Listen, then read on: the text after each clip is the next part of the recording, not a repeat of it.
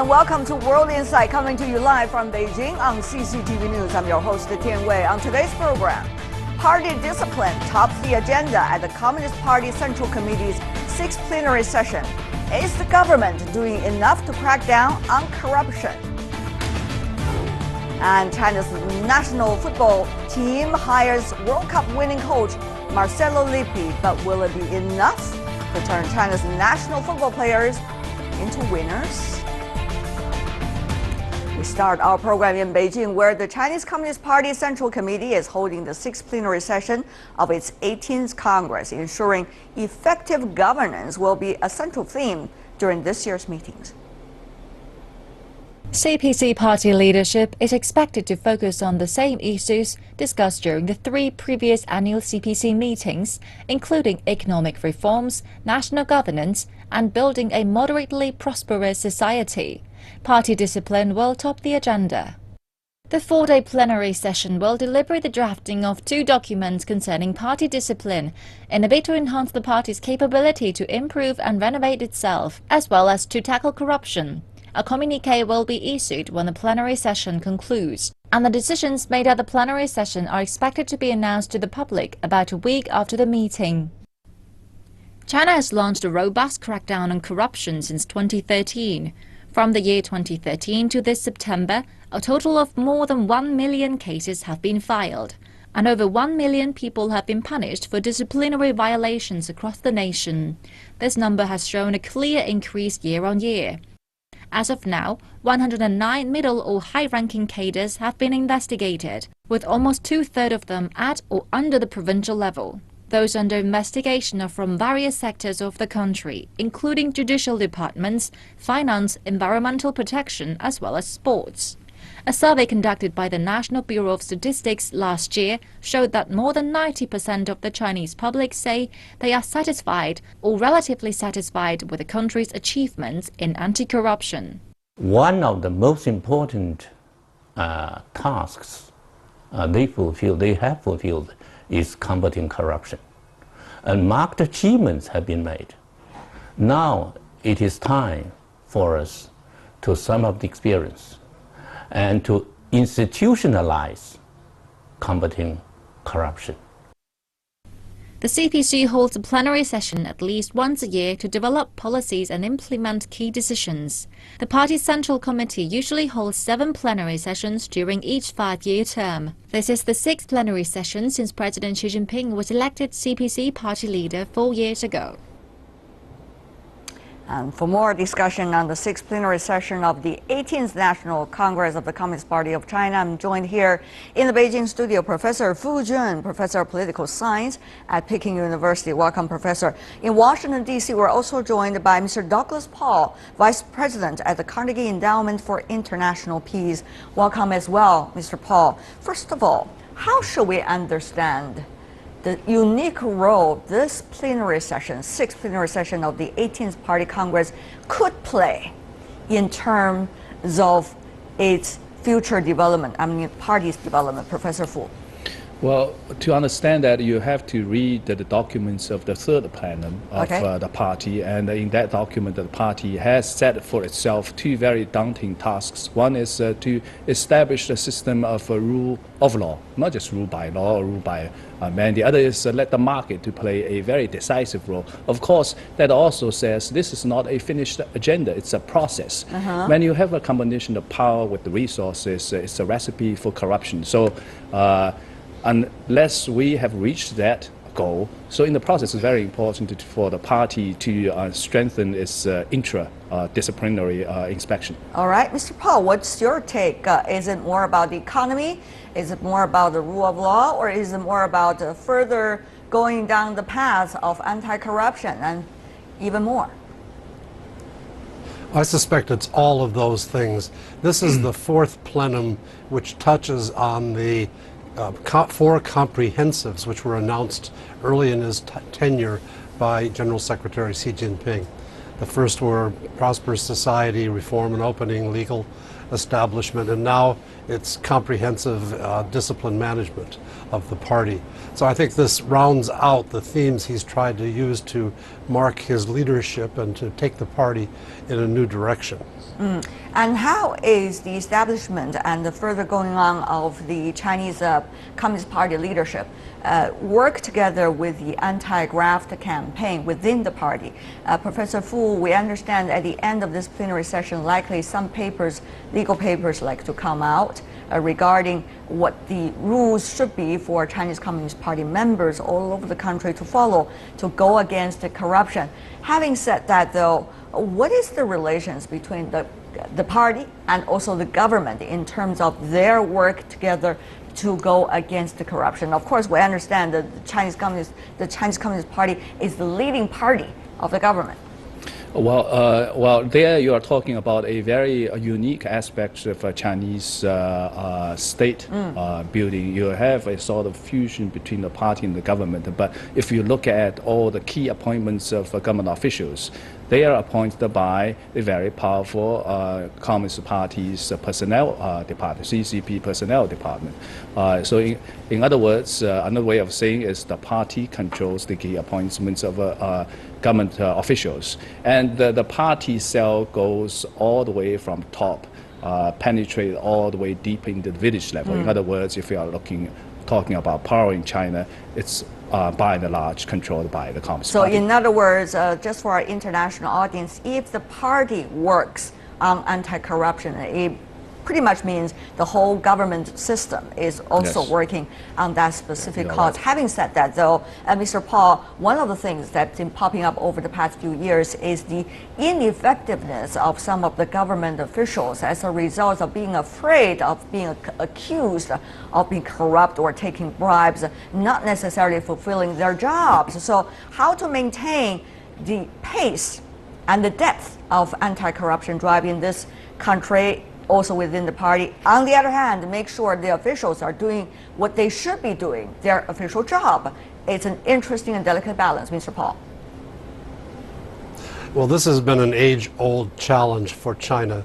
The emperor and his court make decisions, and the lowest level officials interpret them as they choose, as it pleases them. And that is obviously still a problem in the modern day, and the party is trying to find ways to induce effective responsiveness to new directions in policy direction. Having been said, we have a lot of people in the lower levels of the government, even in middle and higher levels of the government, are quite cautious because they're afraid of making a mistake during a time of when the winds of change are blowing, and when the penalties are high if you're somehow found to have crossed the line on party discipline. So I think you do recognize this pattern of reinforcing the old tradition, which is to make your own policy decisions. Now you fear reaction from the top, and you become even more unwilling to take initiatives at the local level. This is a very tough leadership problem, and I think that's going to be a major focus of this plenum this week. How much does it take to make this balance right, Professor Fu, from a governance perspective? Well, ultimately, you need to fulfill the task of separating the power with the resources.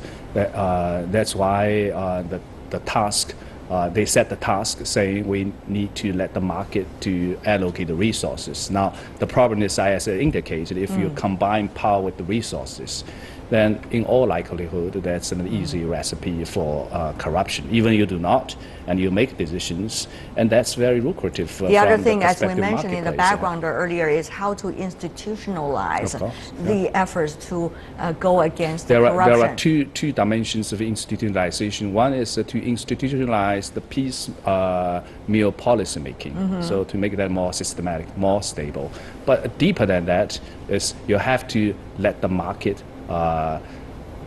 play a decisive role in terms of resource allocation. That is really one of the important points, Mr. Paul, because whether you are looking at the governance, you're looking at the Chinese Communist Party's own build-up and seeking for future, one important indicator is whether the Chinese economy is doing well or not. whether the policies are in the right directions or not.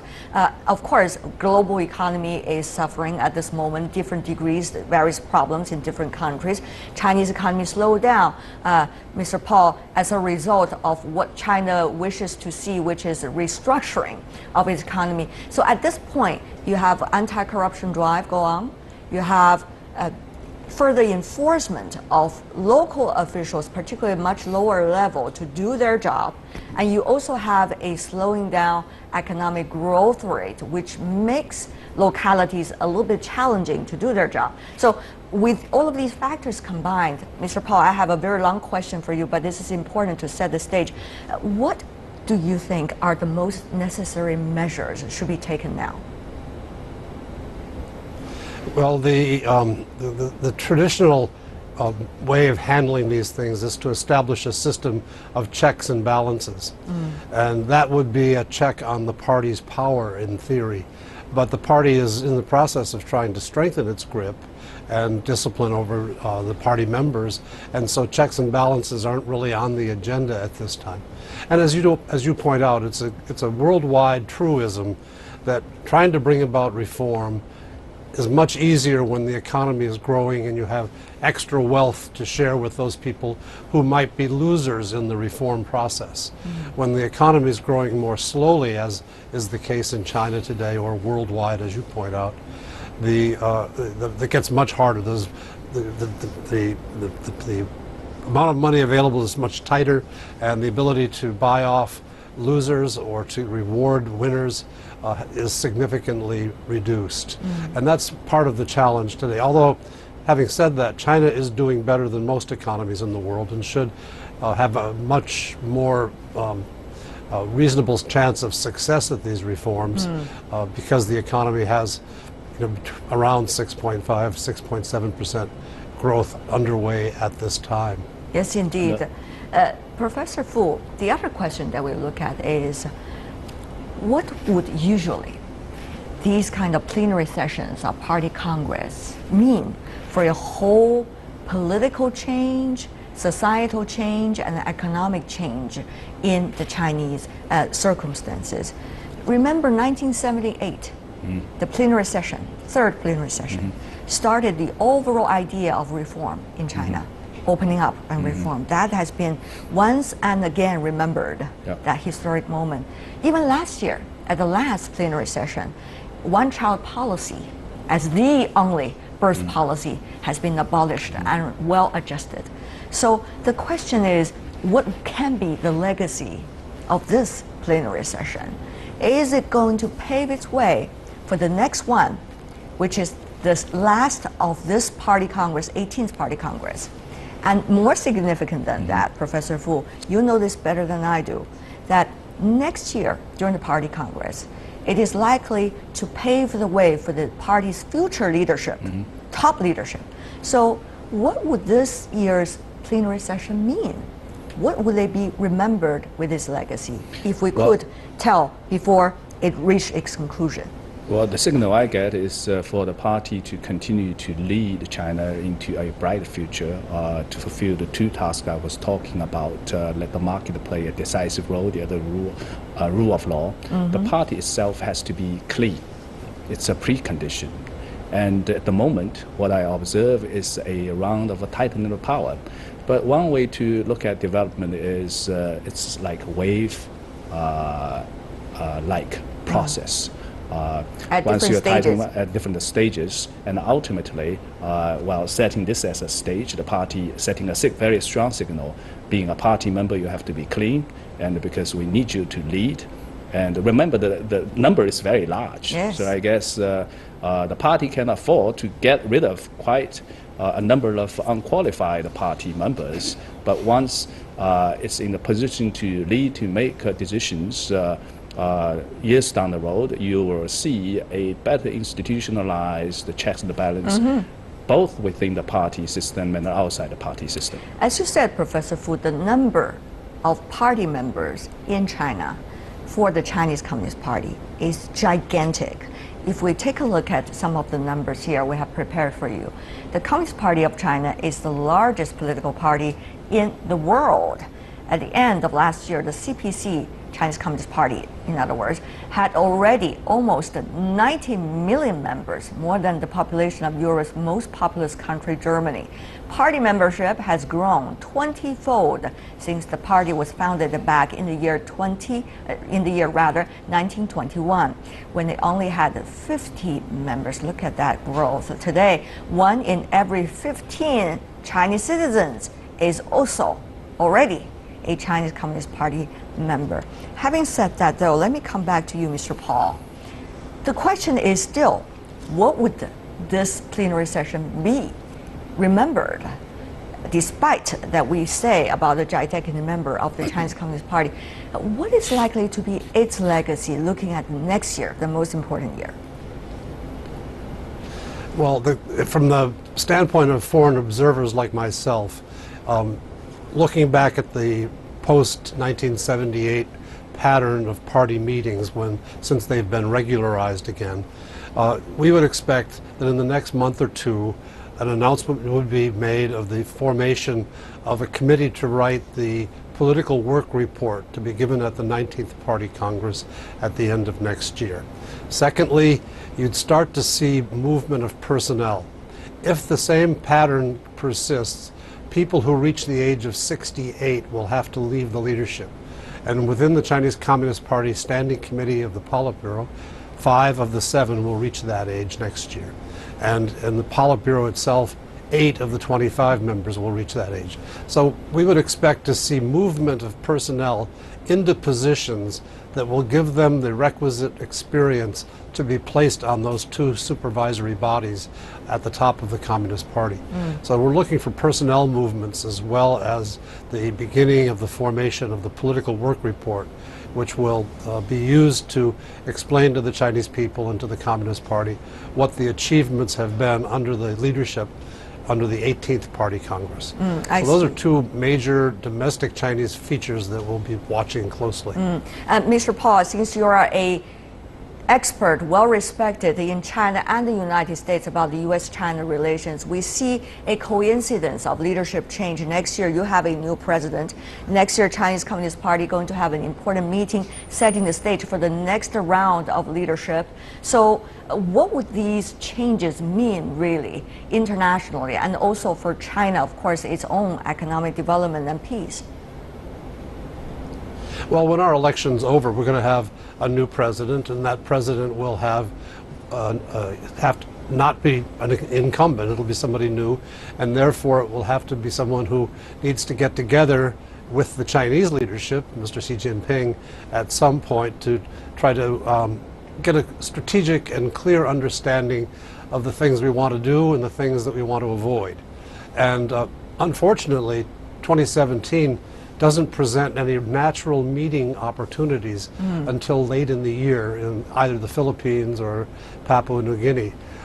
I hope that the new China's leader will find a way to get together with the new American president in the early part of 2017 so that we can have the stability that arises from the 2 leaders sending signals to each to its own government and to the other about what are the most important objectives to accomplish and what are the most dangerous outcomes to avoid. I see. Professor Fu, this of course is a very important plenary session about anti-corruption, the future direction, continued path of the Chinese Communist Party. But also this is also an important year for the next stage when China is rising in the region, Asia Pacific, when China and the US in urgent need to work with one another. What do you expect this could be in terms of its foundation for the next step? Well, I see this as a preparation for the next phase of the internal development of China and also Chinese engagement with the rest of the world. At the moment, we have to admit there are a lot of uncertainties both here globally and the United States. Now, with leadership decided and consolidated on both sides, as Douglas Paul mentioned. My hope is also the leaders on both sides will sit down and compare their list of priorities so that they can move their both domestic and international agenda forward. Well, as they say, these days international relations are also driven by domestic politics, while domestic politics are also influenced by international relations. So we're going to see more exciting months and years ahead, it seems. Thank you so much, both of you, for shedding some very important light on this critical issue. Mr. Douglas Paul joining us from Washington, D.C., Professor Fu Jun here in Beijing with us. Really appreciate it, gentlemen, for both of you input and insights. Thank you. Still to come, China's national football team hires World Cup winning coach Marcelo Lippi. But will it be enough to turn China's national soccer players into winners? That's a big question mark. China's national football team has hired a World Cup winning coach Marcelo Lippi. The China Football Association has confirmed the 68-year-old Italian has already signed on for China's top coaching job. Our panelists will discuss the evolution of Chinese soccer, but first, this background story.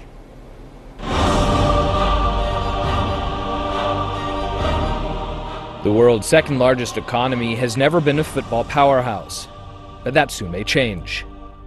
World Cup winning manager Marcelo Lippi has been hired to coach China's national men's team. The sports icon called his move to China the beginning of a new adventure. Former coach Gao Hongbo submitted his resignation earlier this month, following China's 2-0 loss to Uzbekistan during the 2018 World Cup qualifying match. There is a lot of buzz surrounding Lippi's hire. People are looking forward to his debut as coach for China at the Asian Zone qualifiers on November 15th.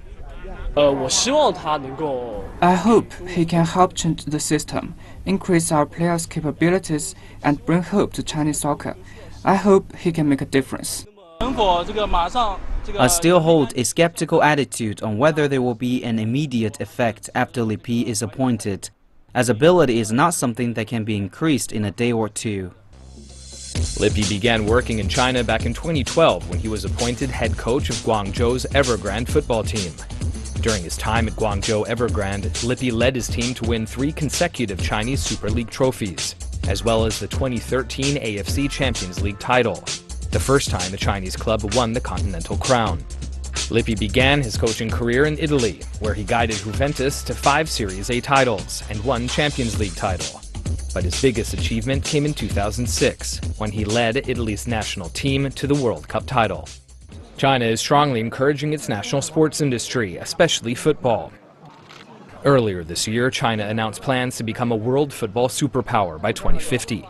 Experts say that building a winning football league and developing a strong national sports culture will help attract Chinese athletes to the sport. China's football problem can't be fixed with a single hire, but the decision is certain to pay off, at least in the short term. With Lippi on the sidelines, industry insiders expect attendance numbers at Chinese football games to go up. And for more on Chinese soccer, we are joined here in our Beijing studio, Mr. Yan Qiang, a sports commentator and founder of Score Sport, and of course, our ardent supporter when it comes to Chinese soccer discussion. Also in Beijing with us in the studio, Mr. Mark Dreyer, who is a founder of China Sports Insider. Joining us from London, we're having sports commentator and TV presenter Simon Pusey. Welcome to the three of you, gentlemen. First of all, I have to ask you, Mr. Yan, what do you make of it? Mr. Lippi now become the national soccer team coach. Well, the Chinese team is going to be much better, isn't it? Of course, because it looks better. We have a well-known top professional football manager who won a World Cup 10 years ago and who has been very successful wherever he ever coached. And he led Guangzhou Evergrande to the championship of Asian Champions League. He knows about China's football. Now, the national team is facing a great challenge of qualification of the Russian 2018. So who else could be better than Marcelo Lippi? What do you think? Well, Mark, is this going to be the life-saving figure for Chinese soccer team, national team? Look, I'd love to believe so, but I think we have to be realistic. I think it's too How late. realistic do you want us to be? Go ahead. Well, look, I think China is very, very unlikely to qualify for the World Cup, given the current situation it's in with the matches that we've already had. They've hired Lippi. He has a chance to try and turn it around. And as you said, you know, who better than him to at least give it a go? The problem is, from club management, you can buy in very good players and perhaps you know, do things that way. He only has the players that he's given. That you know, he can only try to get the best out of the current Chinese squad. So. They're not there yet. You know, hopefully in the future we will see improvements, but realistically... Mr. Yan put it very diplomatically, and you put it really clear. Okay, let's go to Simon. What about you? Any harsh words you want to share with us? Yeah, I agree with your last guest, and where better to go than here in England if you want to see a league that is spending a lot of money and bringing in big name players, but a national team that's failing on the pitch. I mean, I think a distinction needs to be drawn here by growing the game in China domestically with the domestic league and bringing in big name players and managers, and the national team, where that doesn't really help. We have a situation here in England where you've got so many stars playing in the Premier League that English players don't really get a chance to make it into the teams, and that obviously hurts the national team, and then we as a national team do badly. And I think similar parallels need to be drawn in China, in that it's not just about bringing players over from Serie A and the Premiership to play in the domestic league. That may sort of raise the levels of interest, but will the national team actually benefit from that? I think it probably won't. So I think I agree. Marcelo Lippi is a great choice in the short term in terms of trying to turn things around, but in the longer term you need to focus more on youth development. But yeah, Mr. Yan, I mean, we need to at least have something to rally the spirit, or a person to rally the spirit. That's why I say it's a good thing. That's a good thing to begin with. But then the question is it the system? Or is it the foundation of players that we're lacking? Is it the lack of a soccer education? It's everything. It's everything. It's kind of systematic help me. I mean, failing. Mr. Yan, you yourself been working in this circle for decades. I mean, and we've been talking about Chinese soccer for decades, if not more. What's going on here? What are the biggest obstacles that have been preventing us to do the right thing? It's quite simple. You know, I agree with our London friends' comment. You know, we need to strengthen our youth development because there are not enough participants in grassroots football. You know, talking about our real football population, how many people are playing? You know, according to some economics, you know, currently, you know, if you the kids from the age of 8 to 15, you know, we call that in the grassroots area. Maybe we're talking about figures like 50,000 or 60,000. Are you sure? I mean, we got 1.3 billion who people could play over regularly there. at least twice a week, you know, to receive proper, maybe improper football training. You know, we have to grow that foundation. Otherwise, you know, even though football is so popular, has so far-reaching social influences, you know, it's been treated more like an entertainment show. The EPL might be a very good Truman show, but it's not really incorporated with our daily life. Mark? I think it's about the expectation as well. You know, all football fans, you know, Simon said in London, as an England fan, you know, we expect England to win the World Cup. But realistically, it's not going to happen. China now realizes... We didn't expect the national team to win the World Cup, by the way. We want them to enter into but to qualify, even the World Cup. But again, it's that expectation that have been raised.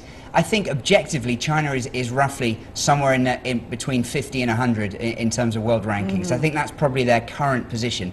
But to be in the World Cup, you probably have to be in the top 50. So China is not there yet. And you can't just manufacture players overnight. It's a 20-year process. You've got to start with the 5-year-olds and then coach them the right way for 20 years. There is no shortcut. Lippi is coming for 2 years. So there's only so much he can do. But we were once. Lippi's contract might be longer than 2 years. Right. You know, I heard, you know, today that updated news that his contract length might be till the next World Cup cycle. So if it's a kind of 4 or 5 year deal, that might even be better. He could be kind of architect of our national team structure. But Mr. Yan, you remember that moment, I'm sure, much clearer than I am.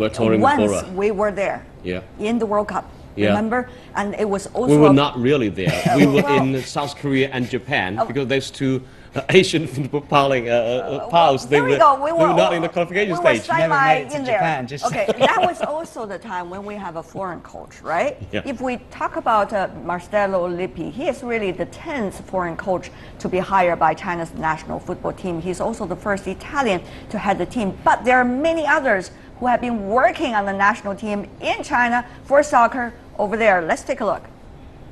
The first foreign coach for China's national team was Klaus Schlappner from Germany. Then there was Bob Houghton from the UK, Bora Milutinovic from Serbia, Ari Hahn from Holland, Vladimir Petrovic and Radimir Djukovic from Serbia, Jose Antonio Camacho from Spain, and Alain Perrin from France. Milutinovic is considered by many as the most popular.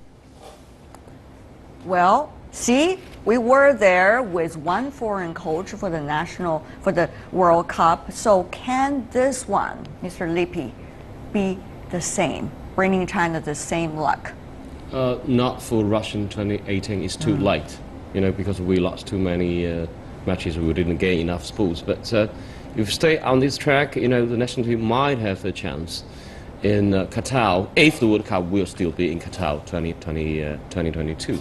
There might be a chance. And that's still quite important. We cannot say we just ignore the national team and we just focus all on youth development. The national team's performance would be a great motivating factor for all football business in China. Yes, indeed. Simon, we are not just talking about the reality of the Chinese soccer, but also how the rest of the world is looking at us. Of course, now you're working in London still in fields of sports. How people react to China spending a huge price tag on a foreign coach for its national team? Yeah, well, I think there are rumours every day in the papers in England about which next star Chinese team's going to buy up. At the moment, it's Wayne Rooney. People are saying $500,000 a week for Wayne Rooney. Sven Eriksson is thinking about that. There are rumours all the time about players moving, and that's because so many players are being bought up. And I think a lot of leagues are a little bit worried that the Chinese Super League is going to overtake places like the MLS in terms of sort of the interest and the number of people who are watching. So I think the fact that China have signed another foreign coach isn't that big a surprise. I think Marcelo Lippi's a great appointment. He sort of matches the experience of having Guangzhou Evergrande and having worked in China with the experience of winning the World Cup. It's the sort of perfect combination for the short term. But yeah, I don't think the signing of another foreign coach is anything too much of a surprise, but I absolutely agree. It needs to be grassroots investment, and we need to get sort of young children playing at the kind of levels the young children play basketball and table tennis and ping pong in China for it really to work in the long term. Well, Mark, it's impossible to think that if we move a lot of factors, eventually it's not going to work. I mean, okay, we've got a top coach of the world. Shall we say that? I think Mr. Lippi qualified for that. Yeah. Certainly. Secondly, we've got the money to import as many foreign players as we want. Thirdly, Chinese business people are going global and even purchasing some of the most well-known football clubs around the world. Certainly during this process, a lot of things can be learned and a lot of things can be shared. So you seem to have all of these very positive factors that are likely to lead Chinese soccer to a very bright future. So which stage are we at? Are these opportunities going to be eventually part of the eventual success? Well, I think you have to make a clear distinction between importing foreign stars and improving Chinese domestic players. I mean, they're training with better players in training. That can incrementally, small amounts maybe improve Chinese players, but it's not going to make a dramatic difference. They certainly can't play for the Chinese team, at least not until they've been resident in China for 5 years, and that's a whole other question. Another issue, whether we should nationalize those. Well, that's a whole another debate. And again, buying Inter Milan, buying clubs overseas in Europe, all over, top clubs, again, does that really improve Chinese football? No. I would argue, no, absolutely. Like it's only good business. Yeah, so we're agreeing, but you need to start with Chinese kids. It's too competitive to take a 15, 20-year-old and just try to train them and make them into world-class players. Compare, Mr. Yan, if I could ask you, compare. I mean, if we're talking about Asian physique, then let's compare China to maybe Japan and South Korea, even DPRK in terms of the soccer level. So where is China lacking behind all of these countries? I think Japan and Korea could be two great examples. They incorporate football into their academic study of all schools, starting from the elementary stage. And one factor is from the educational system, the schools. The other are the families. The families are backing their kids, to participate in sport, especially in football. We got a lot of soccer fans. In China, But mainly we got a watching. lot of soccer audience, not really the soccer fans. And in the States, we know there is a term called soccer moms. So the moms who drive the kids to participate in sport, especially in soccer. But in China, we don't have them. We have all the teachers who are forbidden the kids to participate in sport because you're from this kind of one kid family. Right. You cannot get injured. If you want to participate in sport, go back home and go with your parents. Do not do it in school. That's a kind of hard reality we're facing every day in China. Okay, If we I don't cannot change understand this, that- Mr. Yan. I mean, you talk about all of these details. These are important, but we have a goal, right? I mean, China is very good at making plans, and we are very good at achieving all these plans. For example, about soccer, 2015, Chinese President Xi Jinping, together with other top Chinese leadership, already agreed we are going to have a superpower of Chinese soccer. Of course, this is a plan, but that has to be implemented step by step. Why can't we, why aren't we seeing kids being organized? Why aren't we seeing soccer places are being established? Why can't we see It's more a and change more of the overall cultural grassroots circumstances. trainers, It takes years to change coaches? that. I think we are seeing a change, but it just takes 20 years. Yeah, You know, like there's hundreds of millions of Brazilian kids who grow up from the age of basically 1 playing football throughout their years. So you can't take it, again, it can't take a 20-year-old Chinese kid and expect them to suddenly be good no matter how much money you throw into his training. You have to start early, and that just takes a huge amount of time. All right. And added to that, you've got all these social changes, moving away from the academic pressure into sport, and that's a cultural change. I think we are seeing those changes, and people understand that we have to start early, but again, it takes time. So we cannot demand the answers now. We really want to know, or focus on, could we get more kids to participate in the sport and enjoy the sport? Okay, Simon, what's your take about that? Yeah, well, I'd say something that hasn't been mentioned yet is a little bit of the culture change that happens in China. There is a different culture, obviously, and it takes a long time to understand that culture and to adapt to it.